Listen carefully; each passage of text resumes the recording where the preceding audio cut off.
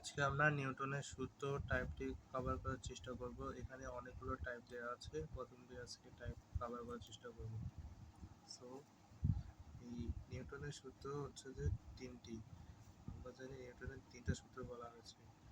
হ্যাঁ, এই নিউটনের কনসেপ্ট হচ্ছে যে একটা বস্তুর উপরে এম্পরের একটা বস্তুর উপরে যদি একাধিক বল হয়, যেমন F1, এখানে F2, এখানে F3, এটার লব্ধি হবে এই এটার মাঝামাঝি, এখানে যে কোনো একটা পয়েন্টের লব্ধি হবে। এটা হচ্ছে যে ফ্ল্যাট সমান ma।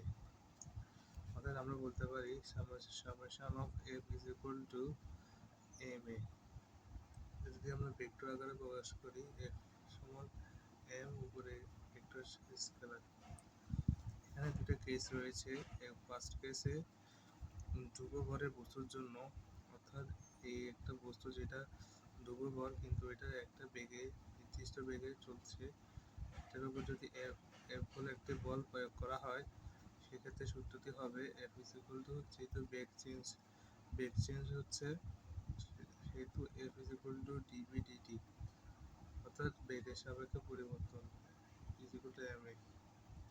আর কেস টু ক্ষেত্রে যে কোনো জ্বালানির বস্তুর নির্গমনের ক্ষেত্রে, অর্থাৎ যেখানে ভর পরিবর্তন হচ্ছে, যেমন রকেটের ক্ষেত্রে সূত্রটি হবে f is equal to dm dt, অর্থাৎ রকেট আর ট্রাকের মধ্যে বালু পড়া ইত্যাদি এগুলো।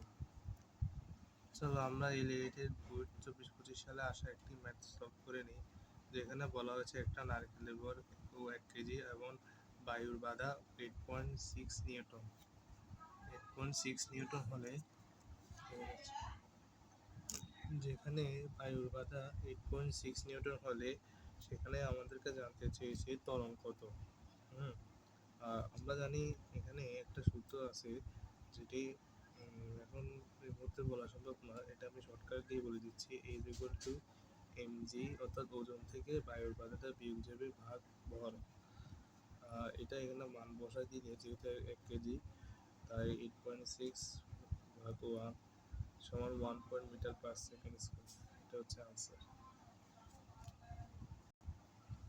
এই ম্যাথটা 24-25 সালে আসা, যেখানে আমাকে জানতে চাইছে 4 কেজি বলে একটা বস্তুর উপর 8 নিউটন বলে একটা বল আনুভূমিকের সাথে কত ডিগ্রি উৎপন্ন করলে সেটা আনুভূমিক ত্বরণ 1 মিটার পার সেকেন্ড হবে। অর্থাৎ আমরা এখানে একটা সূত্র জানি যে f cos থিটা সমান ma, অর্থাৎ আনুভূমিকের সাথে সেটা কত ডিগ্রি কোণ উৎপন্ন করে, সেজন্য আমরা এই সূত্রটা খাটাইতে হবে, যেখানে cos থিটা সমান এই ma বাই f, এখানে থিটার মানটা আসলে 60 ডিগ্রি।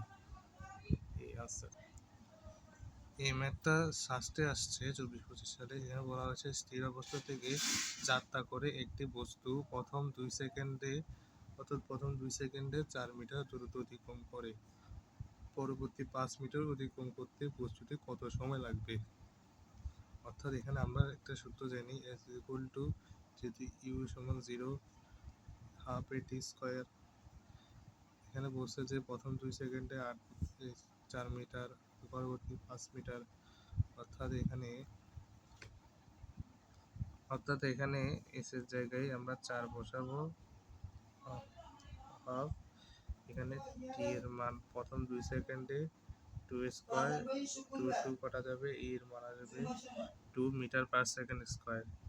এই ত্বরণটা পরবর্তীতে 5 মিটার দূরত্ব অতিক্রম করতে তার কত সময় লাগবে, এটাতে সাহায্য করবে।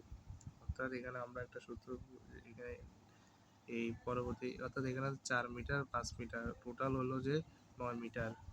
9 মিটারের জন্য সেটা কত সময় লাগবে, যেহেতু এটা একই ত্বরণে যাবে, তাই ত্বরণটা একই 2 মিটার পার সেকেন্ড থাকবে। এখানে আমাদের সময়টা চেয়েছে টি স্কোয়ার, টি এর মানটা আসবে 3 সেকেন্ড।